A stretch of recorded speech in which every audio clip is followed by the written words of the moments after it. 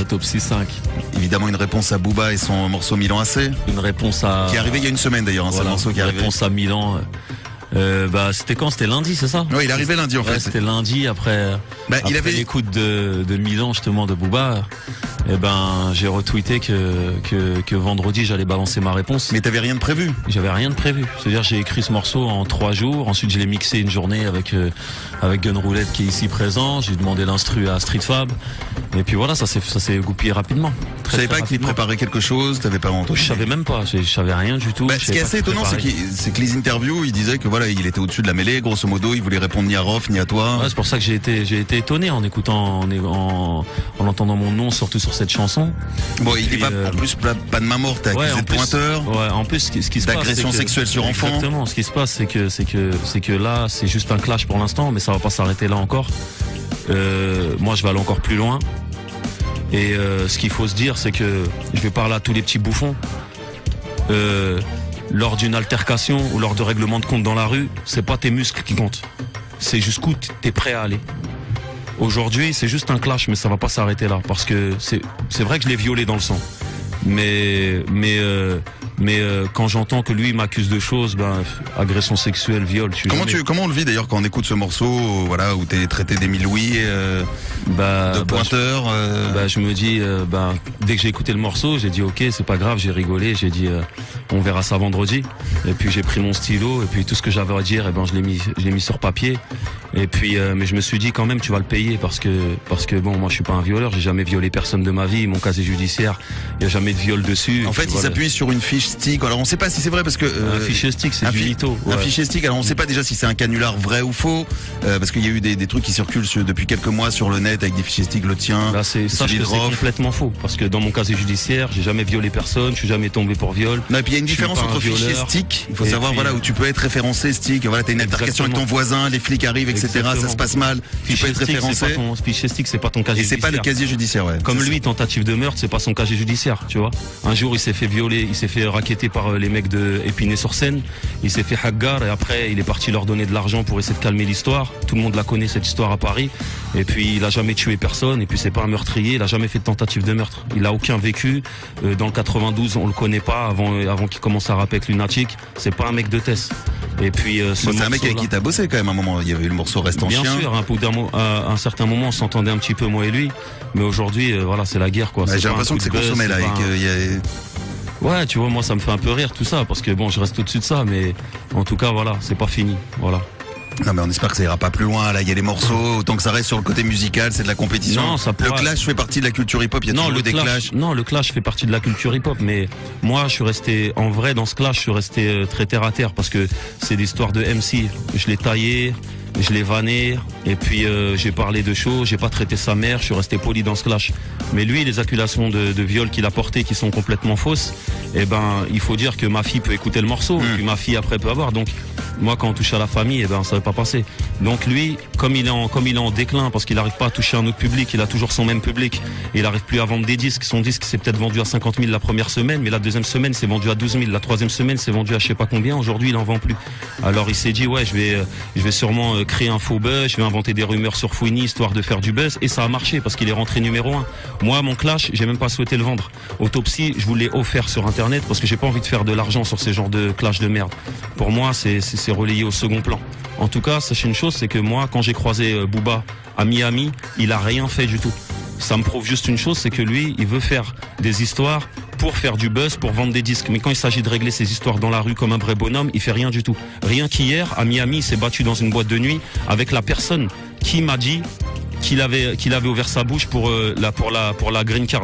Le mec m'a appelé le lendemain de l'histoire, il m'a dit Booba nous a dit qu'il t'avait croisé, qu'il voulait pas se battre parce qu'il voulait pas avoir des problèmes avec sa green card. Ensuite, le jour du clash, il m'a envoyé un texto, je te le montrerai tout à l'heure Fred, il m'a dit ouais, c'est chaud, j'ai reçu un appel des potes à Booba, nanana, ils sont vénères contre moi parce que je t'ai raconté l'histoire de la green card, et rien qu'hier, il a bousculé le mec et il s'est embrouillé avec le mec dans la boîte de nuit Le Bambou parce que il avait balancé cette histoire de green card. Si jamais cette histoire de green card était fausse, je vois pas pourquoi Booba serait parti. Regarde Fred, t'es là, je te fais lire les messages, c'est les messages de mon pote. Le mec, il nous a raconté à moi et Toumani toute cette histoire. Si c'était faux, il serait pas parti embrouiller le mec dans cette boîte au sujet d'une green card.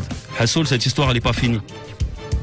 Bon, je vais pas lire les textos parce qu'après voilà, il y a des histoires, en tout cas, etc. Et moi j'ai surtout envie de positionner quand même le truc sur le côté musical. Je comprends que tu sois touché, je comprends que se faire traiter de pointeur, d'agression sexuelle sur enfant.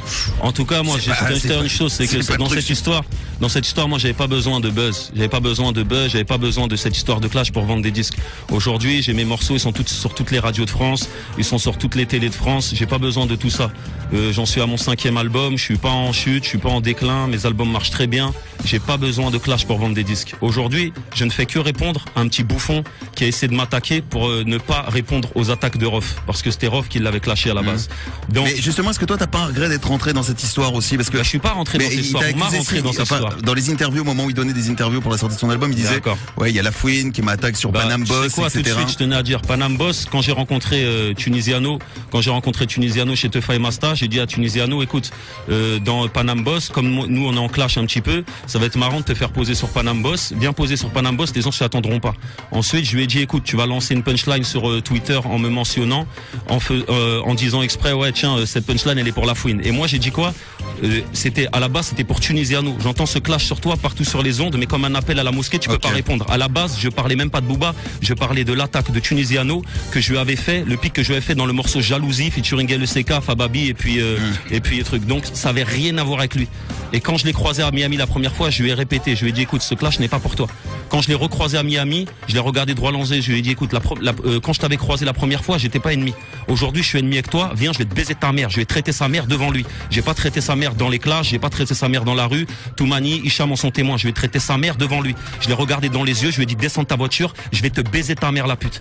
Il a préféré fuir. Donc aujourd'hui, moi, j'ai pas les muscles à Booba. J'ai peut-être même pas l'argent à Booba.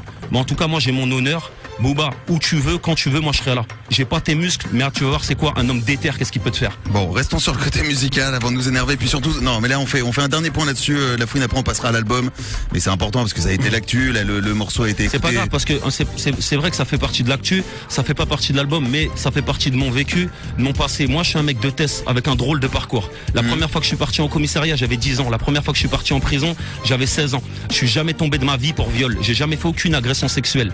Mon casier judiciaire, je l'ai demandé à Nantes, il va arriver, je vous le montrerai dans une vidéo. Je ne suis pas un pointeur, je suis pas un violeur, et les pointeurs, je les ai baisés leur mère toute ma vie en prison. Aujourd'hui, c'est l'histoire d'un mec de Tess qui a des problèmes, qui avait des problèmes avant le rap, qui a des problèmes pendant le rap et qui en aura après le rap. Et moi et toute mon équipe, on est prêt à ce genre de problème. Aujourd'hui, dans mon équipe, il y a des vrais amis à moi, des mecs qui peuvent mourir pour moi, des gens amis d'enfance. J'ai juste à passer un coup de fil au milieu de la nuit, n'importe où, n'importe quand, les gens vont venir pour moi. Et c'est pareil pour eux, ils peuvent m'appeler au milieu de la nuit, je vais venir. Ce genre de connexion, B2O, Biatch, Béatrice ne les a pas. Tous ses amis sont des nouveaux gens. Le mec s'est fait chasser du 9-2, il part traîner dans le 9-3. Si un jour un mec du 9-3 me dit quelque chose et que j'en viens aux mains avec un mec du 9-3, c'est la honte pour tout le 93. 93 doit bouger pour 93, 78 doit bouger pour 78, 92 doit bouger pour 92. Qui bougera pour Booba dans le 92 ? Souvent, je vais aller rendre visite à mon copain Dixon dans le 92. Je vais souvent passer au Pont de Sèvres. Je vais aller chez Uncut acheter des t-shirts pour les brûler devant. Je vais aller faire un tour dans sa boutique. Je vais faire un tour dans la chicha là où il traîne. Je vais faire un tour partout où je peux trouver Booba. Qui va me faire quelque chose ? Personne. Booba mange tout seul depuis des années. Booba ne fait croquer personne depuis des années. Fouini Bey Bella, Fouini Tatan, sale biatch.